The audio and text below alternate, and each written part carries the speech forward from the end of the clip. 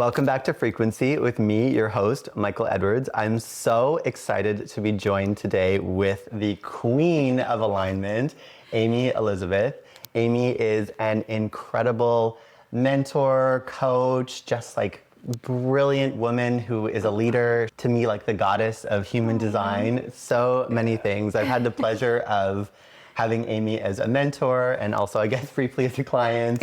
And I'm so excited to be having you for this conversation today. Thank you, Michael. I'm so happy. I'm so excited to be here and it's an honor. I adore you and love you. So this is just perfect.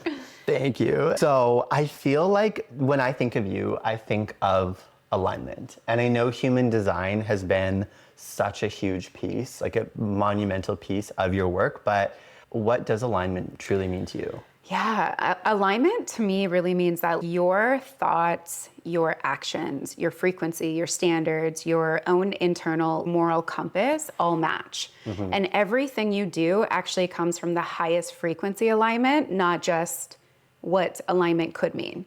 It's like the potentiality.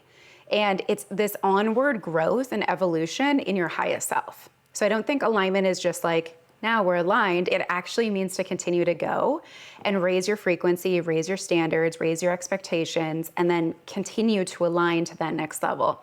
Again, from your thoughts, your beliefs, your being, your actions, which is a huge one because a lot of people don't take the aligned action. They're just like, I'm aligned. And then your energy field, your everything, your results will end up matching it, but it really has to come from this internal, like full certainty. Yeah, I love that you said this continual evolution as well, because I think that and that's been my personal experience, is it's something that we really develop through our journey. I'm taken back to when I first met you and you went through all of the human design stuff and we're like, this is what's in alignment. And although I conceptually knew some of those things, I feel like it's taken so many life experiences to really ground that in and anchor that in. And I've had different mentorship experiences and things where I've learned more about energy and been brought back to a certain way of being and been like, oh, and that's the guidance based on my human design. And I literally have had this thought, how many times do you need to hear this before you're gonna live it and not listen to anything else? Yeah, so that's exactly the thing. Like you have to really embody. And so I feel like I don't talk about that enough, but it really is just because I feel like it's second nature, but it is integration, embodiment to be it. Yeah. So we can understand something, but do we really take it and grow with it? And life is the best teacher. Yeah. Because we can think we're so aligned and then circumstances change. And then it's, how do I actually hold alignment in this circumstance? And then it changes again and again and again.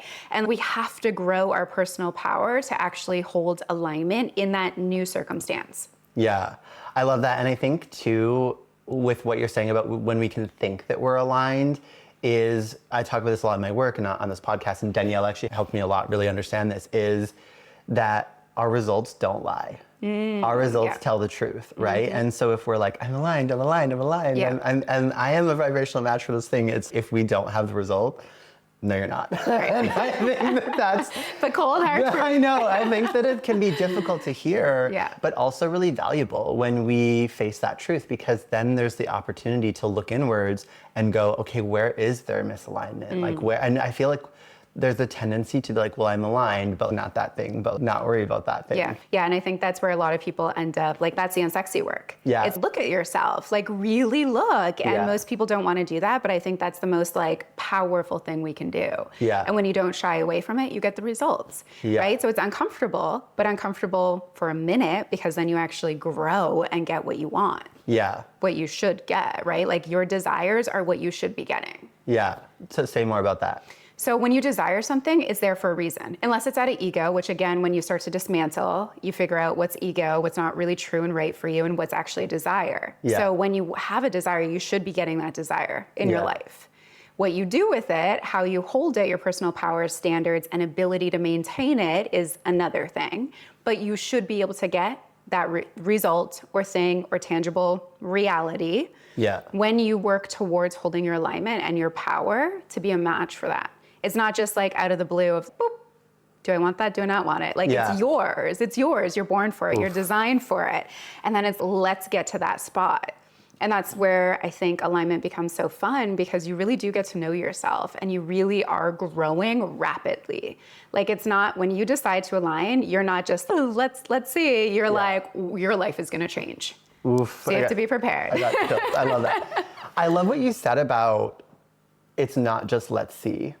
Because I think there's this piece, and this has been my experience, and so I'm curious to know your thoughts, of really committing to my personal alignment and then not listening to anything that's in contrast of that. And I think a realization that I have is alignment is different for everyone. Yeah. And so it's not that like those people over there are bad, or like that way of thinking is bad. It's like that might be an alignment for them and that's why it's working, but that's not an alignment for me. There's times in my life where it's taken a lot of courage to go, like being a projector, for example, to go, I'm not going to work and hustle like 12 hours a day. I am going to have a lot of rest. This is a very simple example, but to have a lot of rest and play and really follow my alignment and not get hooked into anything else that's not in resonance with that. Yeah, completely. And what I noticed from that, it's so funny you say that, because there was this one time where I was like, oh, should I work more? But then I was like, but I don't get the result anyway. Yeah. Right? So it's like, what's the point to match somebody else's expectation, or to like, yay, I did it. Like, say you did it. Yeah. Like, why? And when we really embody our designs, we really understand that like you only, again, get the desired result and match when you're holding your alignment. So for projectors, that's not overworking. It's holding personal power and rest. And so that genius and that wisdom can just be like, so like on point, so precise. Yeah. I love that you said that too, because when I look back at periods of my life, all the periods where I've had the most success, the most ease, the most money coming in, I am so aligned. Yeah. And I have this thing in my head, I constantly repeat, alignment equals dollars. Yes. Okay, I'm gonna take that one. So true. So true. Yeah. Yeah, well, it's success. Yeah, totally. Do you have like a personal story of yours or of a client that like really illustrates that kind of stepping into alignment and having that result come? Yeah, I mean, even for myself, like when I was a teacher full time, it was you're there all day. Not that I was like overworking myself, but like life, like there was like you had to be there for 8 hours, and then I had kids, and it was like a whole thing. So the flipping of the switch to be like, I am only going to stand for alignment, again, is like big changes. So a lot of my client work also comes from that, where we're like, okay, what's not working? Let's actually start there. And when you can start to pinpoint the things that aren't working, you're gonna have big change to make in your life. And then we focus on the things that do work. Yeah. Right? So projector, it's like, where do we stop working? Or where do you stop exhausting yourself? What changes do you need to make? So it's really like that ongoing refinement over and over again. Even my life, like I continue to do that. It's like over and over again, like what isn't working? Okay, change it. Yeah.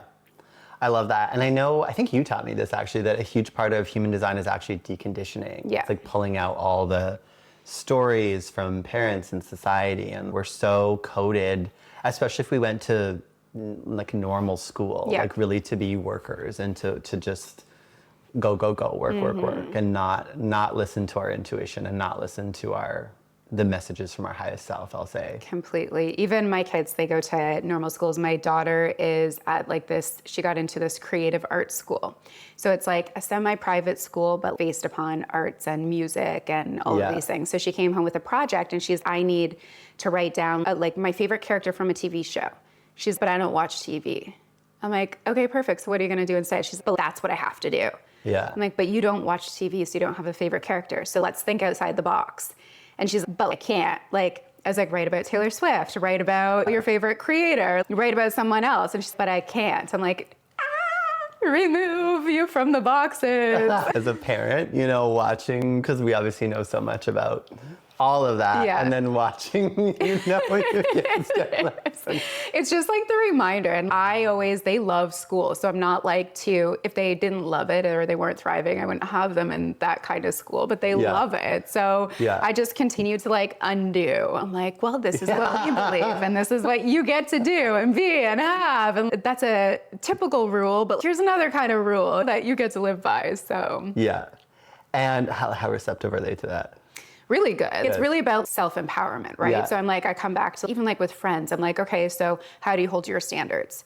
So again, like alignment, it's not just your feeling of something, it's the action. So if there's a friend problem, so then what's your standard? Yeah. How do you hold yourself? Who are you? Right? And how do you make a decision that's right for you?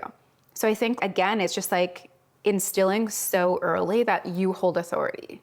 You hold personal power. Yeah. And I think that's where so many people in 30 plus are like, I can make this decision, or I can change my mind, or I can do it my way, or I can Yeah. do this, right? That's the biggest thing. We're not taught to be authorities. Yeah. We're not our own authority. We're not taught to be confident enough to be bold and say, this is what I want and this is how I'm doing it. Yeah. Oh, I love that about being authorities. And I want to talk about power. Yeah. So like, leadership and power, I feel, is a huge part of this equation. And I think it's something that you not just embody, but that you model it, and that you've been unafraid to speak that truth and to hold that level of power.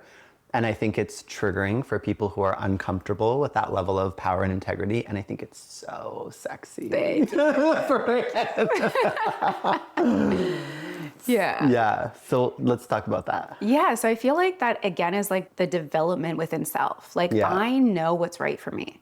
So I'm not going to lead myself down a path that isn't right. And the second I get there and I realize it, I'm like, uh-oh, out of here. Like I need to get out. Yeah. So I think it really comes from like self-led leadership is all about leading yourself as the highest self. And that's a match for power. And when we're that confident and that powerful, yeah, people don't love it and people get triggered. Yeah. And also it's like a reality that people aren't used to seeing. Yeah. So I think in my building of that, it's really been self-led leadership and how do I continue to do what's right for me? Yeah. I think having a family, like having my kids has definitely been like, I can't do it any other way.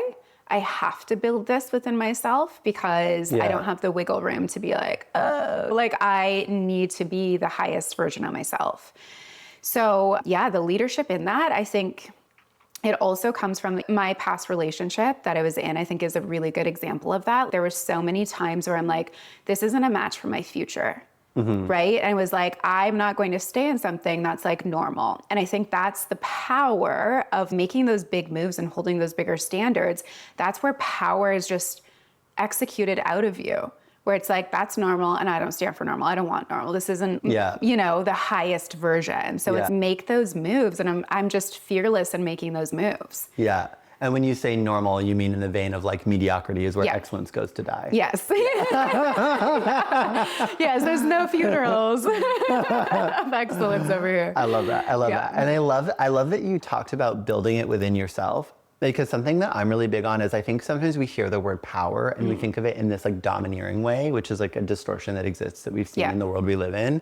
But I think about power, and I talk about it as authentic power, as being like able to sort of move and be free of obligation. Yeah. Right. And so it's like people will think, well, oh, well, like now that you're rich and successful, like I have to be good or I have to be nice because that's what you have to do in order to be a good person.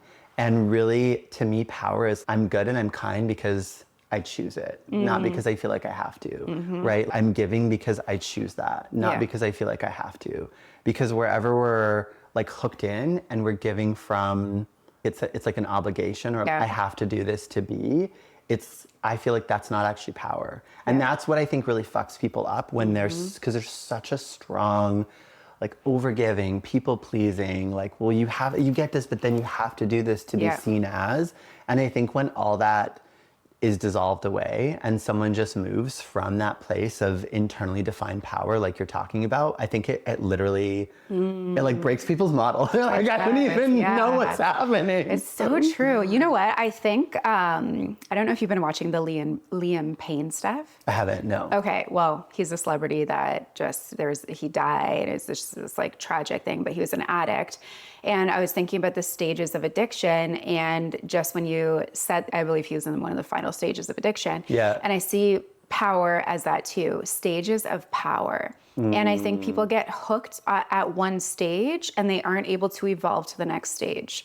So even like I feel the level of power I'm at right now is this outer body experience of I feel like I'm 80. I feel like I'm so old and wise. I feel like I see everything from this external view of, oh, that person means this, or that person must be going through that. Like, it's this level of compassion where I don't need to give, but I get it. Yeah. When I think as we have money and we have wealth and we have impact, it's okay, that is amazing. We maintain that, but we also develop these other areas of us that make us more powerful. And that just amplifies what we've already created. But I think people either get stuck in that people pleasing, where it's an exchange, and that's not full power. Yeah. That's just a facade of it. Transactional, yeah. Exactly. And then we get to another level of impact, money, and then it's kind of next level is maintaining that. Yeah. And then beyond that is like, how can we really be this like bigger human in the world where most people don't even elevate to that? If you think of like the wealthiest and most powerful people in the world, Yeah. well, as most people believe, are evil and bad and dirty, and a lot of them are. Yeah. To evolve past that takes so much more inner work. And so many people don't get to the power, let alone like that impact, let alone being able to evolve beyond. Totally. I love that you, oh my goodness, there's so much I could say to this. But I love that you brought in compassion too, because that's something that's really important to me. And I know like the people that I and that we work with is like power and love together, right? Is to be that strong and also that kind. And again, not because we have to be to fit someone's model of being okay, but because it's the experience that we're choosing of ourselves and it's the version of us that we're choosing to give to the world. Yeah. Yeah, I love that. And then I think too of being a projector, and you would know this, we were just talking about this. Yeah. But like you being like what people invite you in as comes from you. So it's, you're not going to go out there online, like your brand is very powerful too. It's very like triggering. It really is. So it's not like we're going to go online and be like, oh, we're so lovey-dovey and so nice, because as soon as we do that, it's the invitation for that energy to come in out of expectation, right? Oh, you're so nice and you're going to do this, but then no, I hold really high standards. And this is what I expect from my clients when you say yes to me.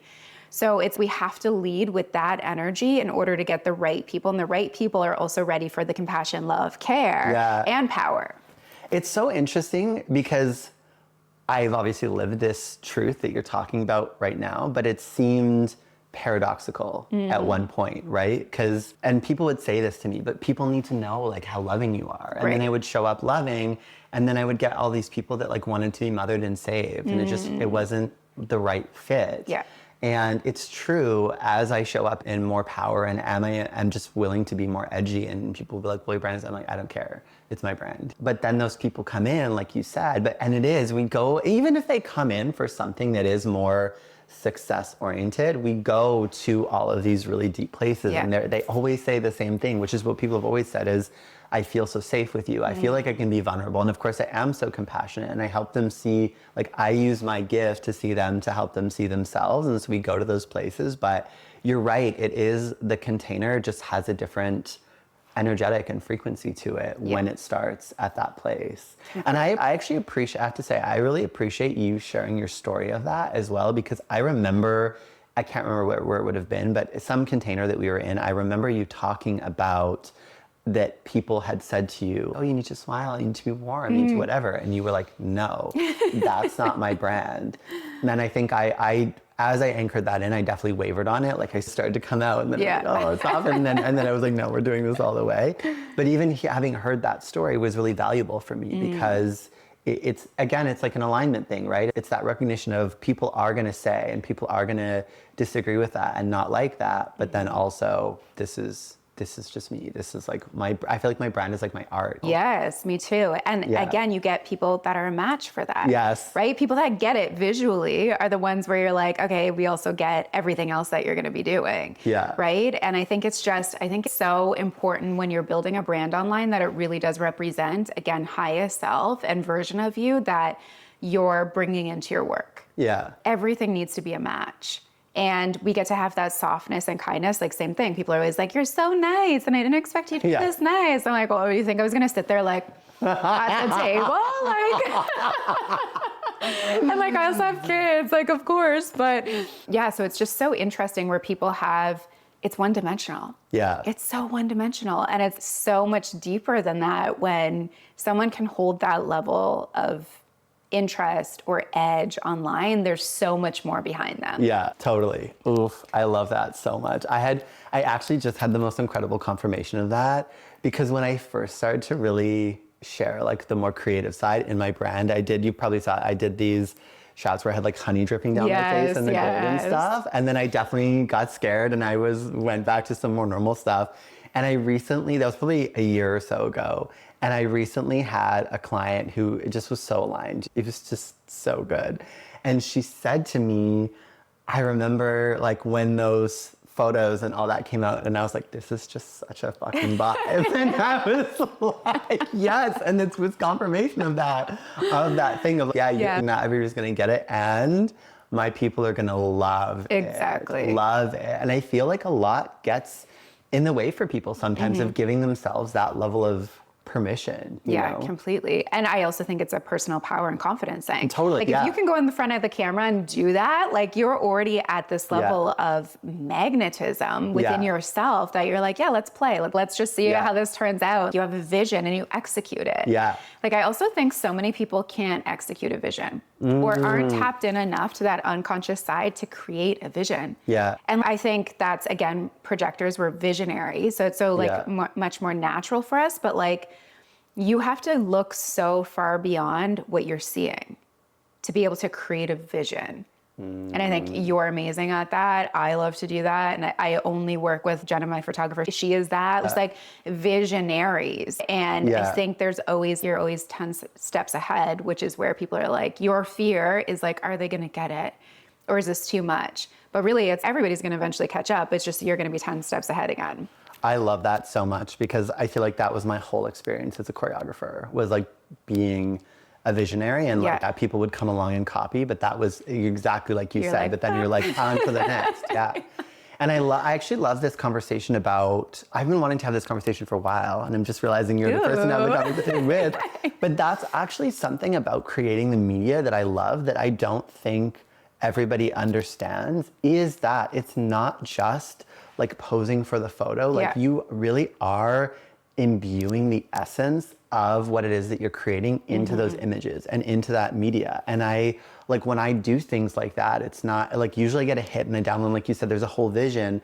And then even there's like a ritual of getting in the vibe, like the getting ready and listening to music at the time. And like when you're really bringing those emotions through, you're coding this power into it already. Oh my God, And it's like, but then it becomes part of like the sales and buying experience of the offer, right? Like they help you create the energy and the frequency around that container.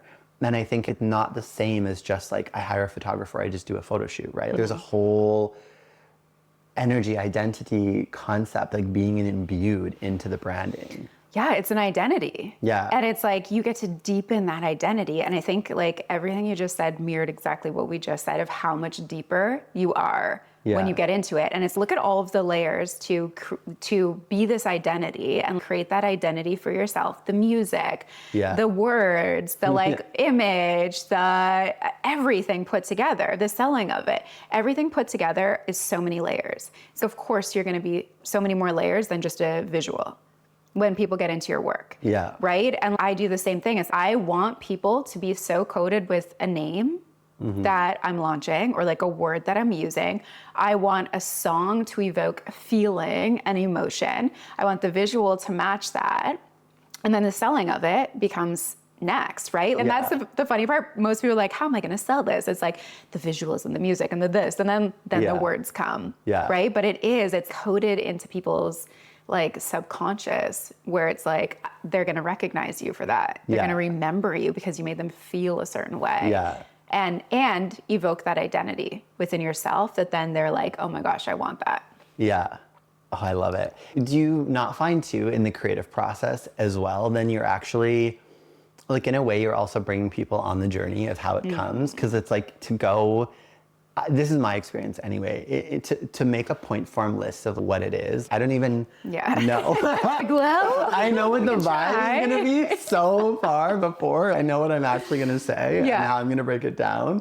And so it's almost like you get to bring people on that whole journey when it's, well, we're coming into this energy. And then the last, for me, the last thing that drops is like the outline Exactly. of what it's going to be. And I know that it'll be there because what I find is it's I almost find like a bucket that you put out to catch rain. Like once I put the bucket out, like it starts to catch rain. Like once I create this, I'm going to hold a container and a conversation around this.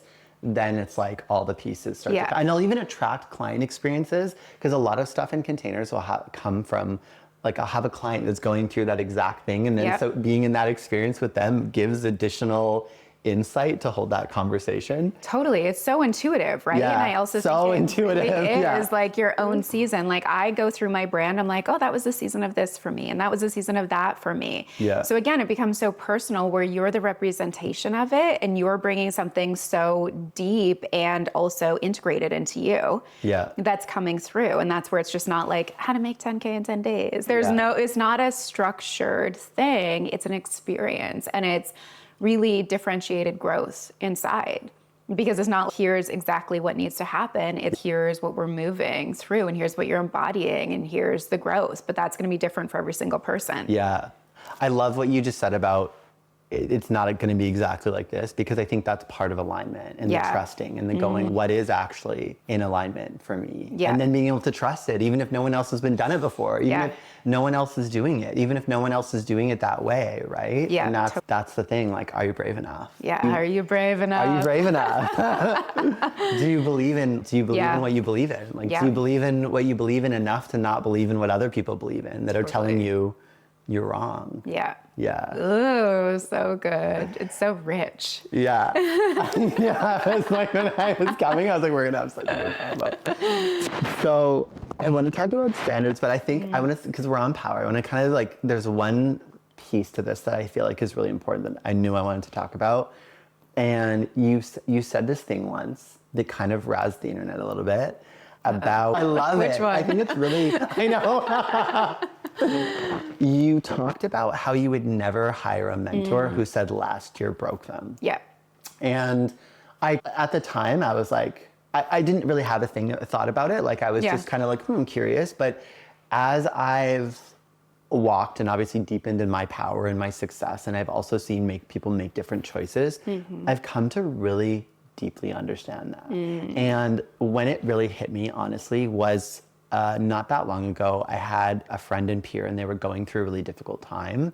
And they just kind of like announced to the world that it wasn't working and that it was like all over. And people were applauding them, being like, oh, you're so great for being so authentic and so vulnerable and all the things. And I'm sure there's a truth to that.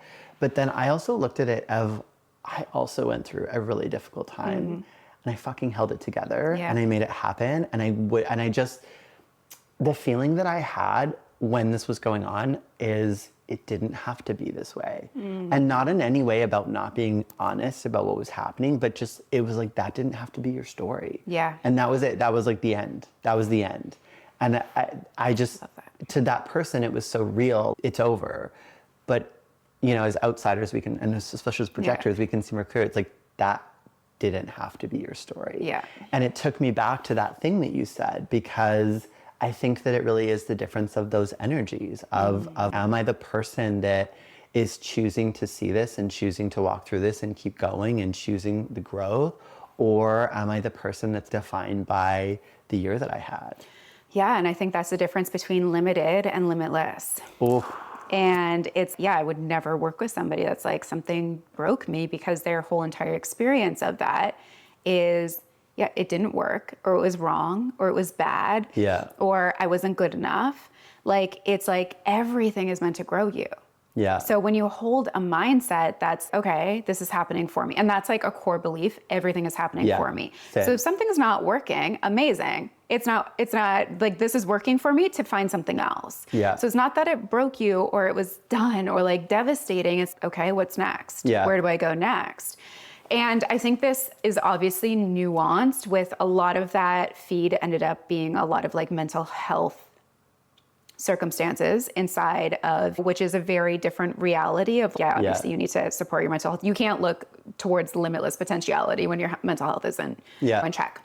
So that's for anybody that is in the right space and Yeah. fully taking care of themselves, I would never work with somebody that was a limited experience for me. Yeah. It's like everything needs to become this limitless lens that you look through. Yeah. And you going through that experience, I've gone through a lot of experiences that were not ideal. Yeah. And that's life. And I think the more that we just go into life being like, let's just get everything out that we can, which is polarity.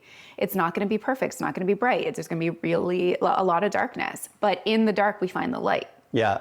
And I think a lot of people are in the dark and they're going to stay in the dark. Yeah. Or not go from great to excellence. Right. And I think that's all, it's all how we see it. Yeah. And it's all how we choose to experience it. And things can be true at the same time. It could be a really shitty experience. And you could be really sad. And you could be really like out of sorts. And you could be like, and this is happening for me. Yeah. So what do I do? Right? So you could hold both feelings and emotions and a mindset that are not exactly cohesive, but your mind is going to carry your emotions forward. Yeah. Right? Like we get to experience that in the human form, and then we elevate our movement and our standard forward. So I think, again, in polarity, I've experienced so much polarity, and it's always what's next? What's next? Yeah. What's next? And then at the same time, it's not everything needs to be bad. So even going from retiring Aligned by Design to working inside of Alpha HD, it's okay, when you're at a great position, how can you go to excellence? Mm-hmm. So I think it's like, again, that's staggering and those stages of personal power, where it's like, in order to get from great to excellent, we have to be able to hold really shitty. Yeah. And be like, okay, what next? How do I become a better version of myself? How do I change this? How do I see this differently? How do I grow? How do I go? Right? And then we get to these other stages and then shitty stuff still happens. So like it doesn't stop. You're never immune to it. It's just how you experience it and what you learn and who you decide to be. Totally. I love this too, because I feel like there's so many times that I look back on, and although it was something that seemed not great in the present, I'm like, thank goodness that happened then. Because I learned the lessons, and I always think about like inner resource. I developed the inner resource around that thing. And thank goodness it happened at that milestone and not that milestone. Totally. It's so much more intense. Yeah. You know? Yeah. And even just to hear to break, right? I don't know. That just seems so. Yeah. We're meant to be hurt, but we're not meant to break as humans. Yeah. So it's really, again, what human experience, who are we being as a human being, where we could be like, that was the hardest experience of my entire life. And I think it's self-led leadership. Yeah. And I led myself through it. We get to have, obviously, we're all going to have the hardest times of life in different ways. Something I love about the way you led yourself through that as well, because there was like an upset for sure around that. And I agree, you know, there was people coming out through a mental health lens and you're like, we're not even talking about the same thing. Yeah. Totally. I love that you didn't apologize. Yeah. I remember, I didn't even watch the whole video, but I remember watching this clip of you coming on and just saying the reaction to this from some people has just been like, not appropriate. Yeah. And I said what I said was the energy. No, but I think that it's huge. I think that that's so powerful. And I think it's a mistake, even in celebrity culture, that people fall into, and they actually backpedal on their values and what they stand for in order to try and regain public support. But people can feel hollow apologies. I watch people do this all the time. There were a bunch of influencers actually around the Met Gala that got shamed online. And they came out and they did this apology, and people were more mad after the apology, and I was like, oh, they need us. Yeah. You guys, like, you shouldn't have apologized. I would have come out and been like, you guys, like, I'm at the Met Gala. This is a trending thing. Like, it's not that deep. Exactly. You know what I mean? Exactly. I'm like an entertainment person. Like, it's not that deep. It's your job. It's my job, right? And I just, I like feel this in my body. I think there's such a power in that. But I think there's so much that has to be cultivated within you emotionally and like intellectually, just in terms of your power and your alignment and your energy to be able to hold that. Is there anything specific that you can share that went into that? I mean, well, first of all, people were like saying really not even mean about me, like they were wishing like ill will to my family. Like it was crazy. Like I was like, what the Are we okay? And then they were just saying like, I hope she experiences, she's never experienced, like just not even knowing me, right? Yeah. So I'm like, okay, this is all very triggering. But it was really like, yeah, I still believe what I say. I believe what I said, like I believe what I said then, now I still do. There's no change in that. And just because there's a reaction, I'm not gonna go out and be like, you were right, because I don't think they are. Yeah. When it's, you can hold your truth, that's fine. I'm not saying you're wrong. Yeah. I'm just saying I'm not wrong either, Yeah. right? So it was really like, and yeah, people were like, oh, she's just doing this for attention. I was like, the last thing I wanted was that to consume my Saturday night and Sunday morning. Like the last thing I wanted was this much chaos to come and me to now have to make a video about this. Yeah, right. Yeah. But I really think it's like, again, you have to hold your truth. That's the only way we're going to rise in this industry.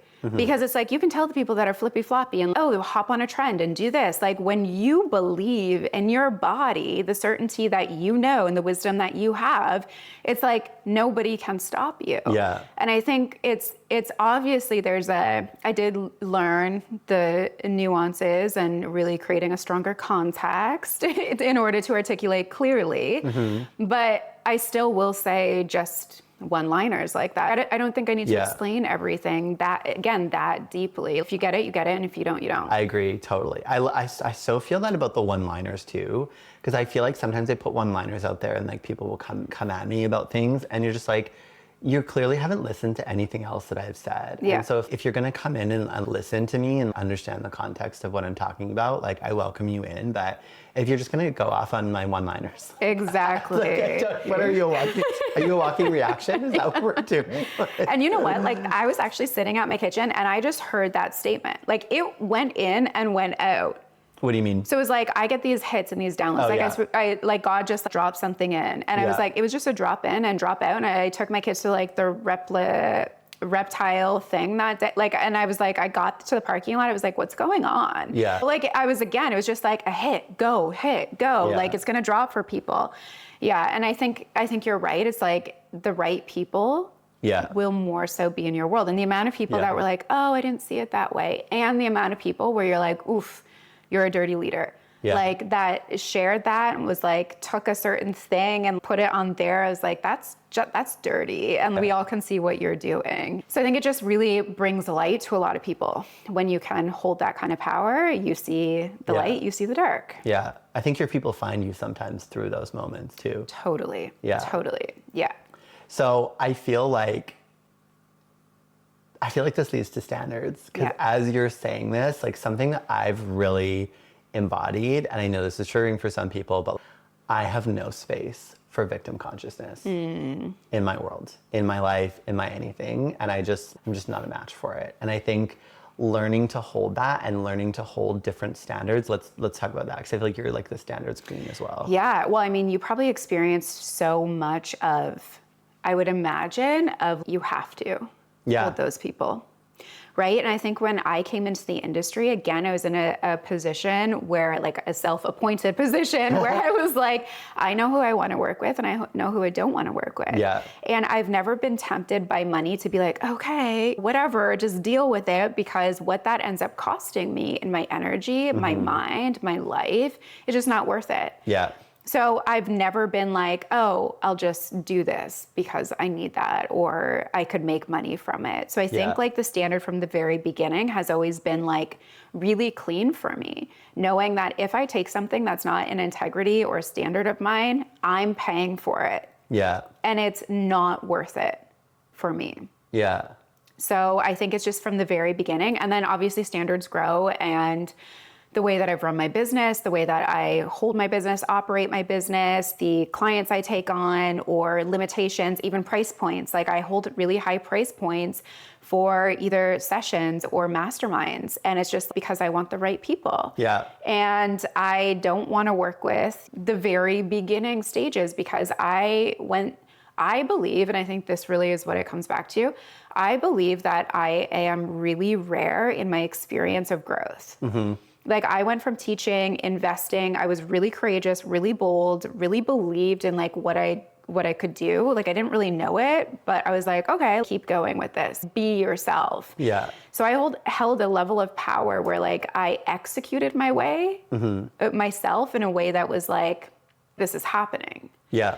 And then I matched what I did for myself, my health, my time, my, integrity with my children, my integrity with my, the biggest polarity of my life of 2020, like my ex-husband leaving and all of that. Like I never went into a dirty place.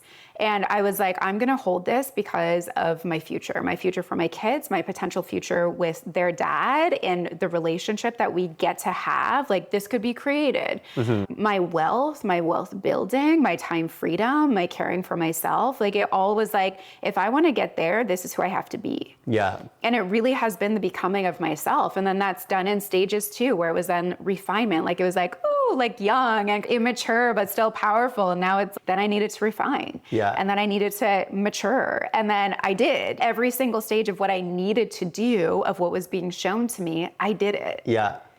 I want to start with what you said earlier, because I think it's really important, where you said, like, I was never tempted by money. Yeah. Because that goes back to what we were talking about with power and that moving without obligation, right? Yeah. Like you're not pulled by that, which I think is so huge.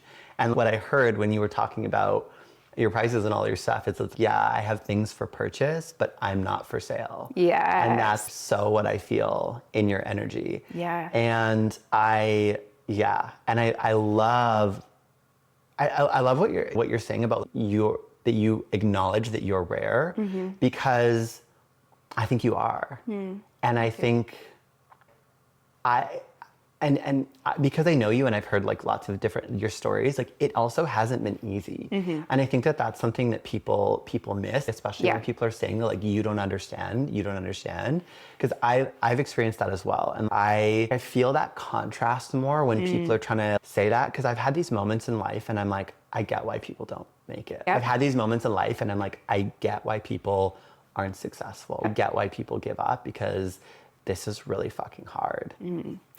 Yeah. And I think the whole conversation of ease, like you are, so when you walk into a room, I feel ease from you. Yeah. You're magnetic, you're bright, there's an ease-filled energy. So people mix up ease with easy. Yeah. And the only reason you have ease is because you've done the heavy lifting. Yeah. Is now you can go to the gym and you can lift weights and it looks effortless and somebody picks it up and they're like, oh my gosh, that's what ease is. And you're right, people don't get that, like, you need to go through those experiences to become the version that could walk into a room and, yeah, everything's shiny and bright and beautiful and glowing, but why? Yeah. Not because you haven't moved through it, but because you've been willing to move through it, willing to see the light in the dark. And you're like, now I know. Now I know what I didn't know before. And you become so much better for it. And I think, yeah, that's the experience too, where like my situation too was I didn't have any models. I didn't have any models of being a single mom, of massive success. Yeah. I didn't have any models of what my ex-husband went through. Nobody. I didn't know anybody that went through that. I didn't have any models. Like I've always worked with Melanie Ann Layer, but she was, her and Kevin and all over the world, no kids. Like I had 3 little kids. I had a baby. Like that was a very different, like I was like, okay, I see nobody like me. Yeah. So I need to become who I don't even know exists. And that's a really weird place to be like, you're creating something that you don't even know what it could look like. Yeah. Right. And also holding my hours that I worked. I was just like, this is a capacity for me, but not because it's a limitation, because that's what's going to create limitless freedom in our lives. Yeah. I love this so much. And I feel like I wonder, does that take you back to alignment, where it's like alignment was your blueprint rather than someone else being your blueprint? 1,000,000%. Because the amount of times I said, no, that's not going to work, or I can't do that, or I'm finishing this, or I'm changing this launch. I've been willing to be like, oh, I thought so, but actually no. Yeah. Or straight up no.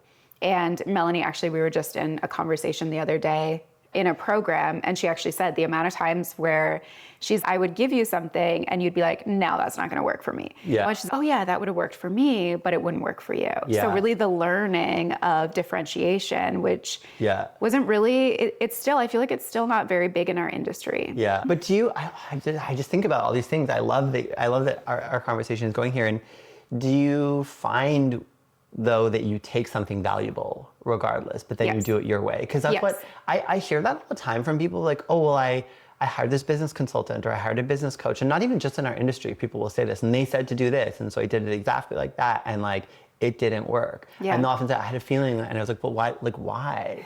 And I'll say, I brought a branding person in this summer, and they looked at a bunch of things and they tore apart inconsistencies, which was great, and then gave me recommendations. And I was like, okay, I see the recommendations. I get the point. I get branding in a different way now. I get the consistency. So where my creativity is coming in, I see how I can also create more visual consistency, I'll say, but I'm going to do it my way. And that's what works for me. And that's, and I move more and more like that as I move more and more into alignment, which is, I bet that's what you get out of those things too. Exactly. Exactly. And I think, it's interesting too, because I feel like I've actually always been like that. Like my whole life. So I have 2 older brothers, I'm the youngest. And even my parents, like I'd be like, yeah, okay, I could see how that would work, but I'm gonna do this. Yeah. So I feel like there's always, I think really what it is like you need to have strong morals and integrity within yourself. And again, knowing yourself.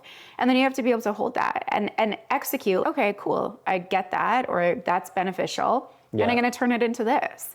And I've been in a mastermind one time where I was like, I just want this vibe. Then I got the vibe and I checked out, but I paid the whole container. Yeah. So it was like, okay, cool. I got what I needed. I don't need anything else because it just feels redundant, and I've embodied it.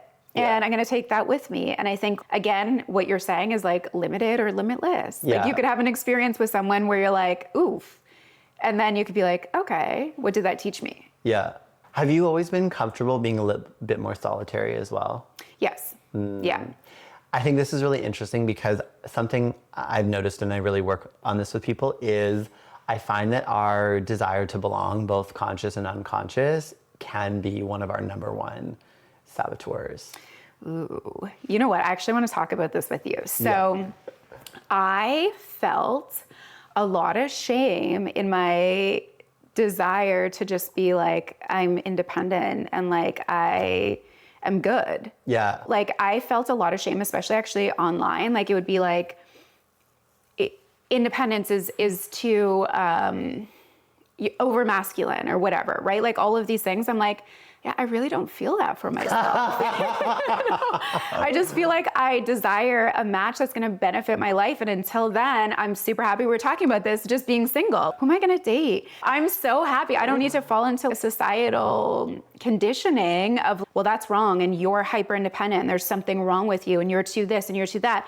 I'm like, I actually think I'm really feminine and really soft, but I'm also really okay to do everything by myself if that's where I'm happiest. Yeah. Until I mean somebody, right? And until then, I'm super happy in this energy and frequency and position. Yeah.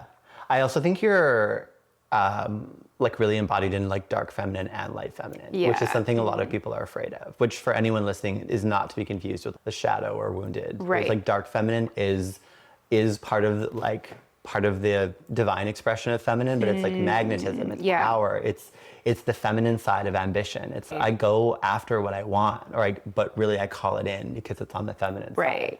Right? And so I think that's something also, because we have a lot of the times in the collective really immature understandings of these energies, people aren't used to seeing that. And so it brings up, people will project a feminine wound on that without realizing that that is actually an exalted expression. Right, and even going into like trends where it's passenger princess. Yeah. I never want to be a passenger. Yeah, maybe at nighttime, but yeah, that's so true. You should talk about that more. Yeah, about what dark feminine is. Well, I think first of all, the sabotage. Yeah. Where people go into that sabotage of the need to fit in. Yeah. And then don't know how, because I actually find that a lot too, where, I mean, that's so much conditioning, right? Yeah. Where people are like, you're supposed to fit in and change yourself in order to fit in. Yeah.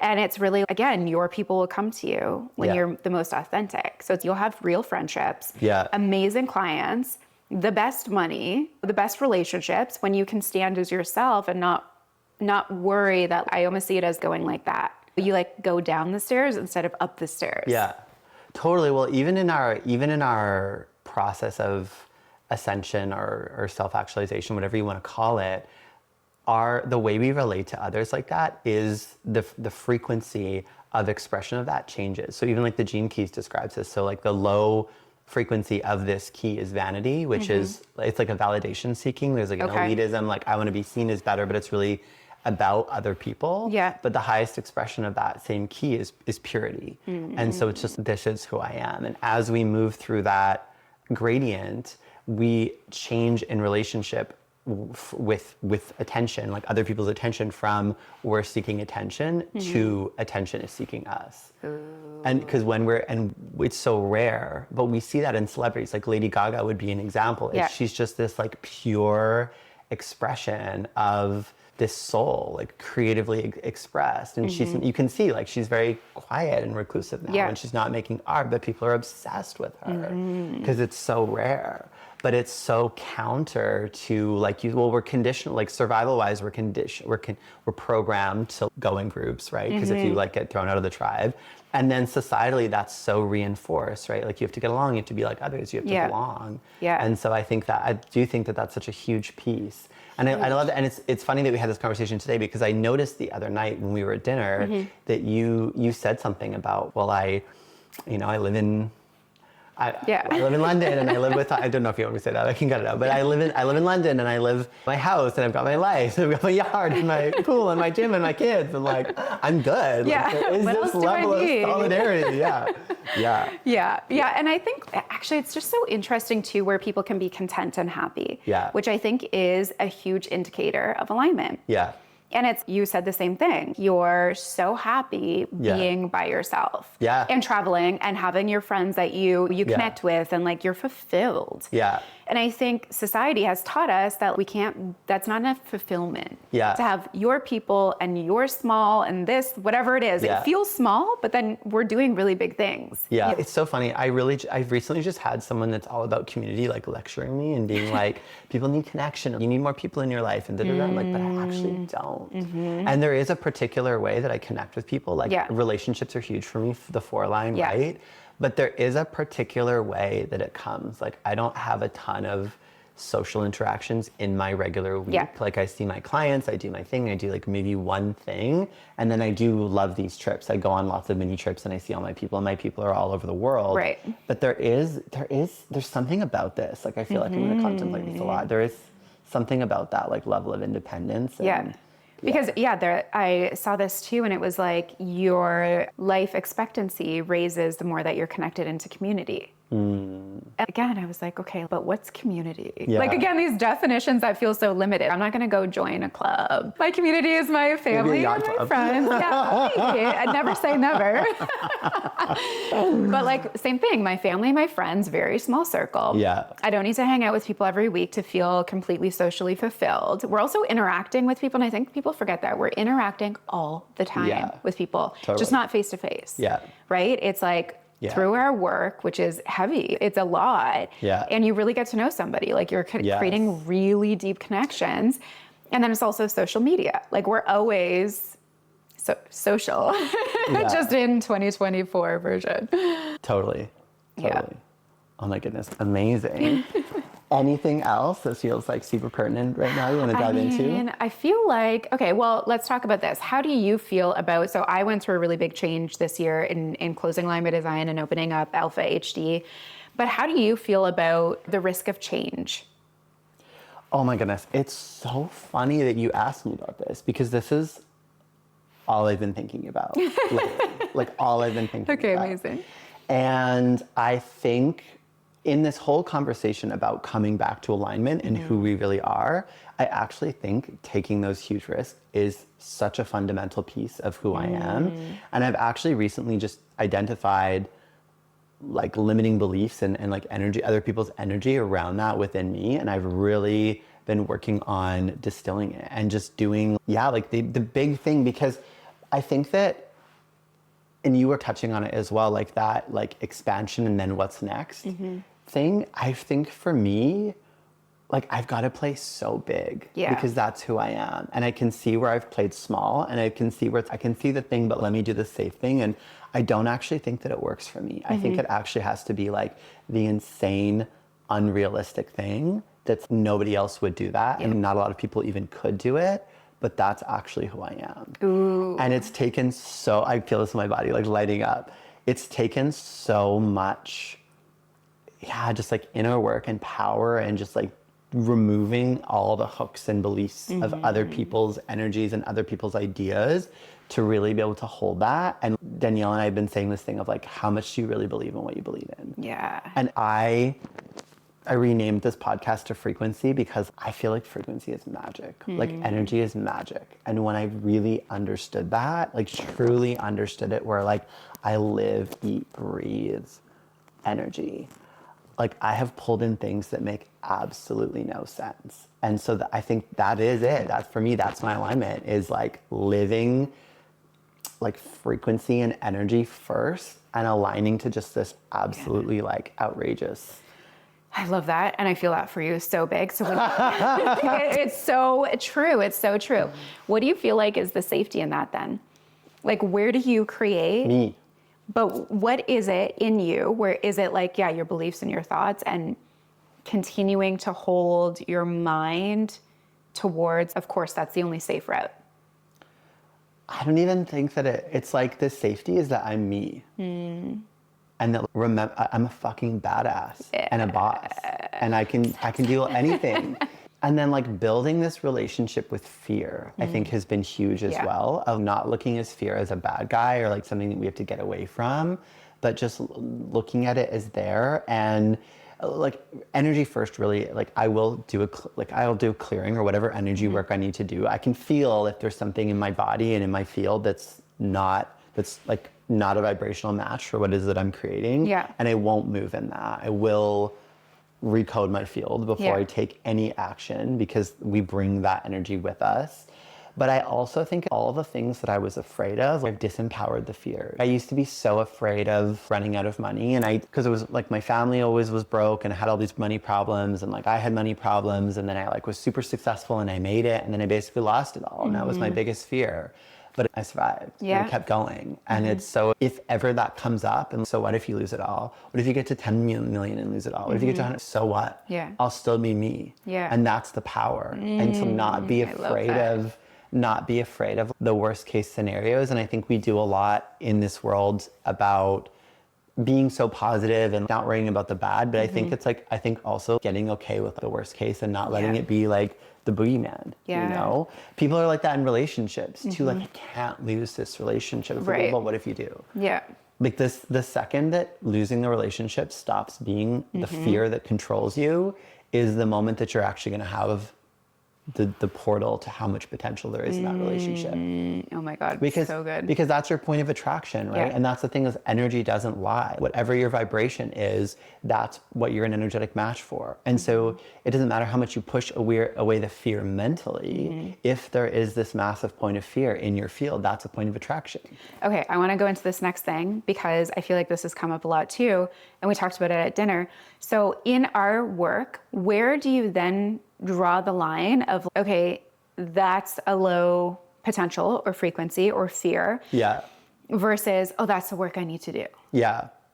So truth first, always ask myself, what's the truth? And so if I'm having an experience and I'm trying to push it away, that's a distortion. Yeah. So low frequency emotions aren't actually inherently low frequency. Distortion is low frequency. So separation. So integration, wholeness is high frequency. Truth is highest frequency of all because we are truth. We are love. We are one shard of source, you could say. And so everything that takes us into separation from that is the lower frequency. And so if I'm having an uncomfortable emotion come up and I push it away, that's actually creating more fragmentation. That's why it's low frequency. But I can sit with that and acknowledge that it is part of the truth, and I don't want to push it away. I want to bring it into the whole and meet it with love, and just, I want to love the all that I am and bring all of my experience into that. And you can't come into alignment with the truth of who you are, with the divine expression of you, and not come back into love, not come back into courage and confidence and freedom and all of the things, because that is the truth. A more practical thing you could say is that I never live there. I don't give myself permission to live there. Yeah. But I don't push away things, like we don't push away things when they come up, but I'm not going to live there. So if the feeling of something, of fear or whatever comes up, it's like we have to acknowledge it, but we have to integrate it, and we can't live there. Like we can't embellish it. And it's hard because victim consciousness is really sticky, and the payoff is really powerful, because the payoff a lot of the times is that it's okay. Where you are is okay. Right. It's the anti-responsibility, right? And that feels so safe. It literally feels safe to go, oh, this thing happened, everything is bad, and it happened because it's okay that it happened because it's a really hard circumstance. But that's like giving up our power. Yeah. And so it's transformation. Yeah. Yeah. I love that. I think that's so important, because same thing, people that I work with, it's okay, we could keep going, but there needs to be a movement in it. Yeah. You can't live in knowing that you have an undefined heart and unworthy, seeking validation, what are we going to do? Yeah. Right? Yes, I love that you said this. And then there's the conscious choice of, and I'm not going to live that way anymore. Right. And that's where I feel like people get confused about all of this work. And I really see it. I feel so fortunate in all of the places that my journey has led me to: hypnosis for the subconscious and unconscious, and then the energy work, and then obviously like incredible mentorship and coaching as well, because it's really these different layers of like conscious, subconscious, unconscious, energetic. And I see them almost like a key. If you've ever seen a key mechanism, like the teeth of the key push all the pistons. And when they're just right, the lock turns. And that's how I see these level ups that we go through, is that it's got to be all the layers. And I think sometimes people get so into modalities with energy work or healing or hypnosis or whatever, and they put their power in the modality, and they think there's one day there's going to be one breakthrough or one coaching session or one hypnosis or one healing, and then they're not going to have to deal with themselves anymore. And that's one of the biggest distortions of all. All of those things help. They help me clear anything that's in the unseen in me, that's sabotaging the direction I want to go, but I'm still the captain of my ship. And so I have to be the one that sails it. I have to sail my ship in the direction that I'm going. And a lot of the times it means you can't entertain that old story anymore, right? All the times you say this, but there's no more but. There's only this. It doesn't matter how hard it is. You just have to be relentless. I love that. And I think that goes into people putting people on a pedestal, right? It's the same thing, modalities or people. And then it's like, where's your pedestal? You're on one, so own it. Instead of being like, oh, theirs is bigger than mine. It's, well, just make your own, be your own, sail that boat or own that pedestal, because it's your own, it's your life. You better be on one. Yeah, and I think people have an aversion to coding in that energy of being the best. But that's on the frequency of excellence. It's on the frequency of luxury. Luxury is the best. And there's a depth behind that. And it's not an arrogant, distorted, egoic, I'm the best and other people aren't. But if I can't hold this in my field that I'm the best, then how can I be a match for excellence? Like how can I hold someone in, because the things that we hold people in are really important. You know what I mean? It's not like, what color am I picking for a room? Not to diminish anyone that does design, because that's actually incredibly important. Maybe that was a bad example. But do you know what I mean? Like these are like, what direction is my life is going? Who am I becoming? It matters. This work is sacred. And so and it's so interesting that this came up actually, because I feel like a big shift happened for me when I was like, I know, like people that get me are winning the frickin' lottery. Like I know that I can hold people, not just that I can, but that this is going to be world class. And I think that because it's so important and it's so precious, and you don't want to like just open yourself up to have that guidance unless the person's like, I'm the best. You know? No, and I know, did I do 1 or 2 sessions with you? Either way, that one session that I did, I was like, oof, okay. ready to go, Yeah. ready to change. And honestly, like thinking back, I can't even remember. Is that like part of the hypnosis? I can't even, there's not even a thing that necessarily stood out except what I'm thinking and feeling isn't my highest timeline and potential. Yeah. And that's the gap. Totally. And it was like, bridge the gap. Yeah. Yeah. I love that. Yeah. Definitely part of the unconscious stuff. Like we don't even know. You don't even know what it is that you changed, which is why it's so weird. But it's totally that. And I remember as well, you were one of the first people that saw my gift, my intuition. Like it's like a known thing now, you know, I have these gifts and people come to me for that. But I remember even in the follow-up, you were like, okay, and is there anything else? Because like I feel like you have this major intuition that you're underutilizing. And I felt such fear at that time in my body because I had never, you know, am I overstepping? And I was like, no, I'm just gonna say everything that I see. And I remember I just ripped like, well, I see this and this and this and this. And you were like, oh my God. Yeah, I was like, thank you. Yes, I needed to hear that. That's the gold. Which is so good. Yeah, no, I love it. And that's the thing. It's like the work that you do has to be intuitive anyways, right? There's, I guess, like you learn it in theory, but like to be able to hold people of power and of influence and that are powerful in themselves, you're not just doing the like step-by-step work. It's, okay, this person wants to go way up there. Yeah. To get them way up there, you have to go beyond a book. Yeah, and that like what you asked for of what do you see, that is actually one of the keys because a lot of people, especially at that level, actually need to be called out and desire that. They do desire that and they can meet it, right? And so there's got to be like, it's obviously in a loving and compassionate way and the intention is for their highest growth, but there's also an element of, okay, I've listened to your whole story and this is bullshit. Yeah. You know what I mean? Yeah. So let's start at ground zero. But that is the best because that's no victim mentality. You're just like, oh my God, you're so right. I do that. Like whenever someone comes in and I like read them for the first time, they're like, you're right. Oh my goodness. Like my whole world accommodates that, but you're right. I do that. And you're just like, okay, good. Now we can grow. You know what's such a good way to look at it? When you're a kid and you love playing with, well, like with my friends, we'd play, who am I? What do you see me as? When we go back and be like, you're so this, that's what it's like. But when you're younger, you're obviously being validated in like an egotistical way. But as you're older, it's people still want someone to be like, you're this, recognize them. Yeah. Right? It's recognition, just not in a way that keeps them comfortable. Yeah. Yeah. Yeah. Amazing. Oh my goodness. Should we talk about a little bit about comfort? Yeah. Yeah. Because I think because, okay, something that I've noticed is, and I'm so curious to hear your thoughts about this, is in the gratitude conversation, I think it's really easy to get complacent. And I think gratitude is so important, right? It's the emotional signature of I receive. And so it helps us be an energetic match for more. And I think it's really easy to pacify yourself into your current level of results. And what I've observed is we are meant to grow. We are meant to expand. And I almost feel like there is no staying still. Like there's only expansion or contraction. So yeah, like what do you?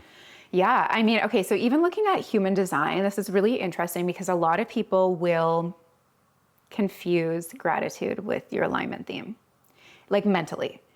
So for success, like I remember the amount of conversations I've had with Melanie in our mentorship days where I was like, yeah, and she'd be like, you're crushing, you had 150K a month, be grateful. And I was like, yeah, I am. And I want more. I desire more. And I think it's a very fine line because it's like, what's ego and what's truth? Yeah. Like truth for me is I know I'm built for success that makes no sense and it's not going to stop. Yeah. So like I get to be grateful for my house. And I also can be like, and I want to change that. When it's okay, it's just not at a regular speed. Right. So it's like I think that's it. We have to dismantle speed or the rate at which somebody goes because we often think, again, gratitude is just going to be like that and you stay still. Where it's like speed and desire for more success, more satisfaction, more peace, and more surprise, even in human design, that means you're going beyond what you already have, right? Or you're doing it in a different way. Yeah. So I don't think it's comfortable. Gratitude does feel very comfortable. They're two separate entities. Yeah. And we have to see gratitude as thank God. I'm blessed. Thank you, God, for this. Thank you, God, for this. Thank you, God, for this. Yeah. Truly, genuinely. Yeah. And then there gets to be, you're built for success, I'm built for success. So Yeah. where's more success? And that doesn't always come in money. It's your mindset, it's your health, it's your time freedom, it's your sense of freedom, it's love, relationships. That's so many different containers. But if you're, well, I'm successful and I'm grateful, then yeah, you're staying like this. Yeah. But when you're built for success, that means there's more. And every level, there's more. Yeah. And if we're just grateful, then we're slowing our abilities to be limitless. Yeah. Well, I don't think anything is as satisfying as to be fully expressed, like to self-actualize. Yeah, or growth. I think that's, yeah. Even when kids, you're growing, yay, you did this. We're always celebrating it. And it's not, you should be grateful because you're this tall. You should be grateful because you now know how to print or learn math, your doubles. Okay, cool, what's next? Yeah. We do that up until a certain age. Yeah. And then it's like, you accomplished it all, now you should be done. Yeah. And I think, when we really go in. Like that really messes people up. I've seen this, and sometimes I think we have a ceiling, whether it's conscious or unconscious, in our mind, that like where like enough is enough. Yeah. And you'll see people hit that and really get messed up. Really get messed up. Like what, hit a low? Or? No, hit a high. Hit a high. Let's say like their whole world for so long is doing like a $10 million a year or something. Gotcha. And then they hit it. Yeah. And it's like everything's been focused on that. Yeah. And like what we should do is then next set it, and not in a chasing way, like I'm always escaping from where I am, but just as like a benchmark for when I'm growing into what's the next desire, right? And like you said, it doesn't always have to be money, absolutely. But like in the absence of that, we like fishtail and a lot of things go wrong. A lot of people will feel, and there is this thing of, and people will say, well, like, isn't that enough? Isn't that enough? You should just be happy with that. But we don't do well with that. My dad tried retiring at one point, and he's always been really big in business. And he was just the most depressed I've ever seen him for the year that he was retired. And then he got asked to come back and be the CEO of this company, and he does it with way more freedom now. But he's so that's happy. alignment. I know. It's alignment. I know, exactly. So it's, if people are pushing and 10 million and then everything, they're eat, breathe, sleep, just hitting that goal, that's not aligned the way they're doing it. Yeah. The goal is probably aligned. Yeah. But the way they get there isn't. Yeah. And I think that's the difference. And then they're like, oh my God, now what? Or they just like collapse because they just push themselves so hard to get a goal that they don't feel fulfilled in. Yeah. So I think it's like when you build from alignment, you will naturally be like, I want that thing. Like retirement's not for you. You feel aligned and fulfilled doing the work that you do. Other people, it will be aligned to retire and not work. Totally. Yeah. I love it. Yeah. So good. Amazing. Well, thank you for this incredible conversation. You. This has been so fun. We'll put your links down below, but is there anything else you want to share about like where people can find you? Just IG. Come hang on IG. Yeah. And you've also got a podcast. I do have a podcast. Yeah. So you're going to be on my podcast next. Yes. So you guys will see me over there and vice versa. Which is the Amy Elizabeth Show? Yeah. Amy Elizabeth. You know what? That's so weird that you just said that. I debated over and over again the Amy Elizabeth Show versus the Amy Elizabeth podcast. And I naturally kept saying show, but I was like, I don't want to do video for it. So I was like, it's audio only. So I'm like, what's the show? It's in their ears. Yeah. So then I just named it podcast. But funny you said that. Yeah. I love the Amy Elizabeth Show. I know. Maybe there'll be a rebrand. But you have a radio show that's a radio show. True. I didn't think of that. Yeah. Okay, well, too late now. Well, for to me, now. to be decided. I'll probably just end up saying it, and then it's just the different title. Anyways, it was my absolute pleasure. I love you. Thank you so much for being here. Thank you.